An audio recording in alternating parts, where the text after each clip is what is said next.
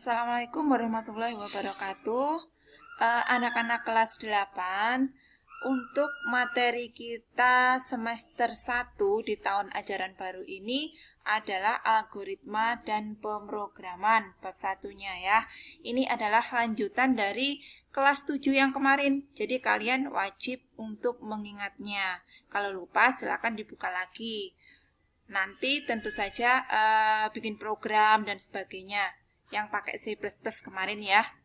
Nah, algoritma dan pemrograman langsung saja ya. Apa hubungannya algoritma dengan logika? Kira-kira tahu nggak apa itu logika? Nah, di sini saya kasih contoh yang sering dirasakan atau mungkin dilakukan ya. Nah, contohnya apa? Kita bisa menemukan contohnya di sekitar kita. Yang pertama misalnya menyenangi sesuatu atau seseorang. Ketika menyenangi seseorang, biasanya itu perasaan yang bicara. Logikanya nanti, yang penting pokoknya suka aja. Nggak peduli apa dia tidak soleh, tidak peduli apakah dia pintar, yang penting pokoknya suka. Nah, itu salah, berarti logikanya tidak berjalan. Seharusnya kalau kita memakai logika, berarti kita harus mempertimbangkan. Karena menyukai itu harus memakai logika. Kemudian contoh selanjutnya ketika kita berbelanja ke pasar. Misalnya kita mau memilih ikan. Nah, pasti kita akan berpikir ikan seperti apa yang akan kita pilih. Nah, misalnya yang matanya masih bening seperti itu. Kemudian memakai baju. Ketika kita berangkat sekolah, apakah kita memakai baju rumah? Tentu tidak. Pasti otak kita akan berpikir, hari ini hari Senin, berarti saya memakai baju biru putih seperti itu. Jadi mengarahkan ke hal yang benar dan membedakan hal yang salah. Itu logika. Kemudian menolong adik jatuh dari sepeda. Nah, ketika adik jatuh, apakah kita akan menyeretnya begitu saja? Pasti tidak. Akan kita tenangkan perlahan-lahan, kemudian kita bangunkan, kemudian kita beri obat. Itulah logika manusia ketika menghadapi berbagai kejadian di sekitar kita. Kemudian, jadi logika adalah ilmu yang mempelajari prinsip-prinsip. Prinsipnya seperti apa? Misalnya tadi, ketika kamu berbelanja ikan. Prinsip saya ketika membeli ikan, itu matanya harus bening. Nah, prinsip yang harus diikuti agar dapat berpikir benar menurut aturan yang berlaku. Aturan siapa ya? Aturan manusia. Aturan yang sudah disepakati oleh manusia. Tentu berdasarkan ilmu. Seperti itu. Kemudian, bagaimana dengan logika? Apa yang bisa dilakukan manusia dengan logika? Yang pertama adalah memilih mana yang benar dan salah. Ya, jelas ya, tadi sudah dijelaskan di awal. Kemudian berpikir logis dan sistematis.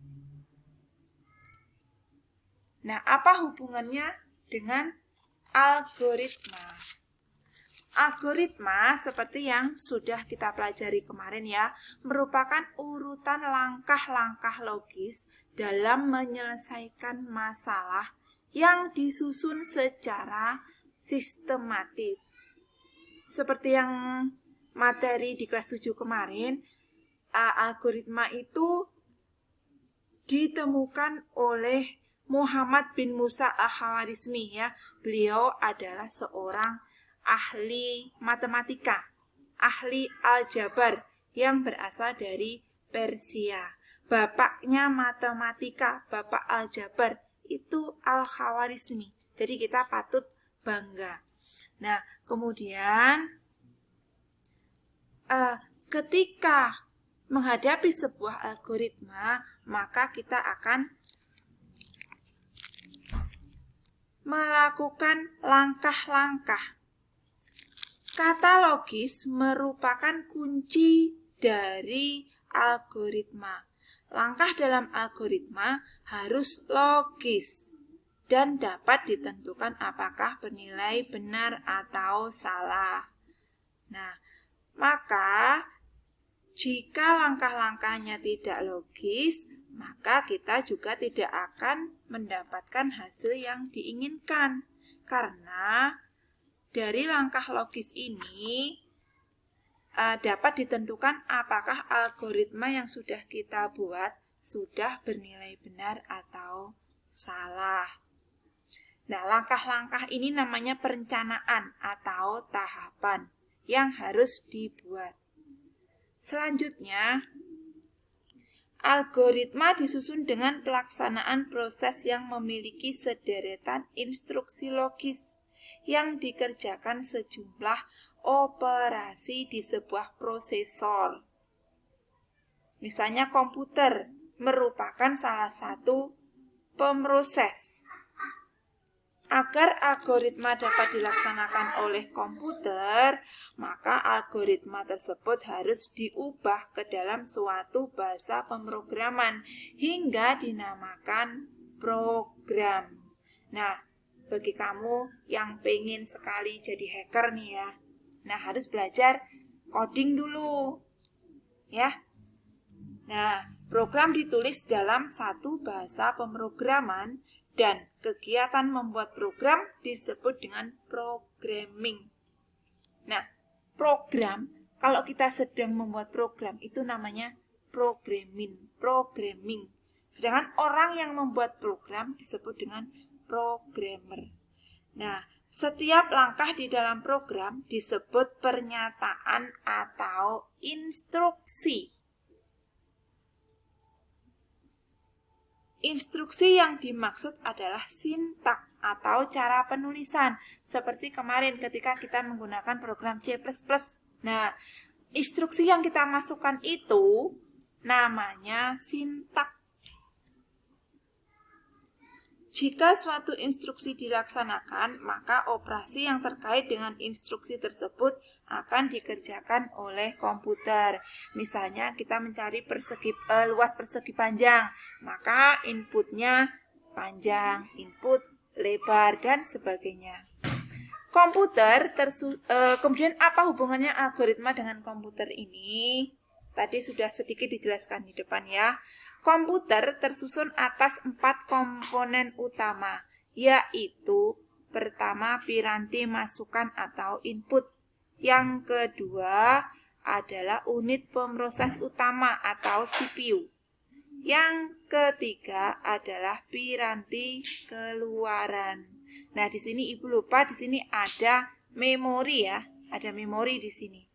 Nah, mula-mula program dimasukkan ke dalam memori. Ketika program dijalankan di sini, dieksekut, setiap instruksi yang telah tersimpan di dalam memori dikirim ke CPU. CPU menjalankan operasi yang sesuai dengan instruksi tersebut. Nah, kemudian menghasilkan keluarannya. Kemudian menghasilkan keluaran tersebut di layar. Nah, di layar ini akan disimpan di memori. Kemudian mengeluarkan hasilnya ke output device atau piranti keluaran, yaitu di layar monitor ataupun di printer dan sebagainya. Pertimbangan dalam pemilihan algoritma. Yang pertama, algoritma harus benar.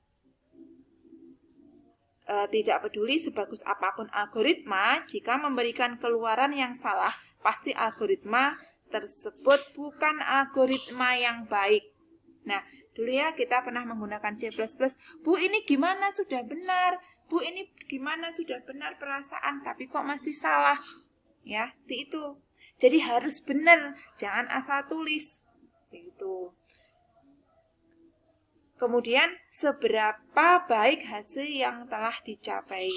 Algoritma yang baik harus mampu memberikan hasil sedekat mungkin dengan nilai yang sebenarnya. Misalnya, membuat algoritma berbelanja ke supermarket. Berarti yang pertama harus apa? Buka pintu, kemudian masuk, memilih barang yang diinginkan, bukan keluar rumah dulu, kemudian mencari dompet, bukan seperti itu ya. Karena algoritma harus tepat, harus logis, harus singkat dan sistematis. Kemudian yang ketiga adalah efisiensi algoritma. Efisiensi algoritma ini mencakup dua hal, yaitu waktu dan memori. Meskipun algoritma yang kita hasilkan benar, tetapi jika harus menunggu berjam-jam, maka akan berlalu memakan waktu. Nah, itu ya.